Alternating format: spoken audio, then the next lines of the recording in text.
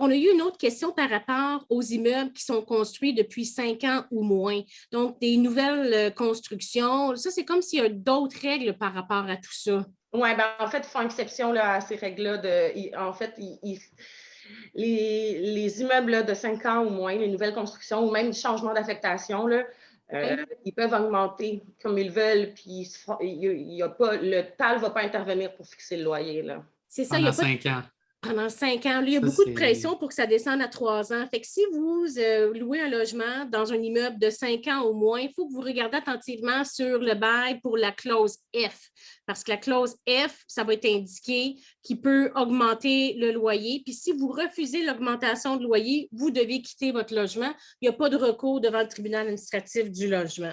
Exactement. Là, je vois là, que Québec solidaire a fait déposer des motions. Ça, c'est une mise à jour que j'ai en février 2022 pour demander au moins que ça soit baissé à 3 ans puis tout réencadré. Là.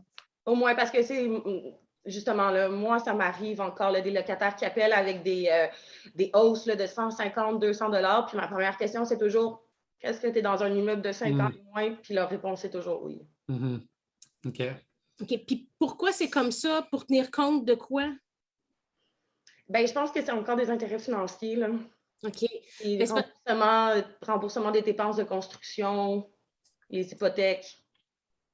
Donc, quand vous prenez un bail, il faut être prudent, effectivement, puis s'assurer de comprendre que des fois, c'est alléchant parce que c'est tout neuf, mais ça peut, à long terme, à court terme même, vous rattraper. Là. Exactement.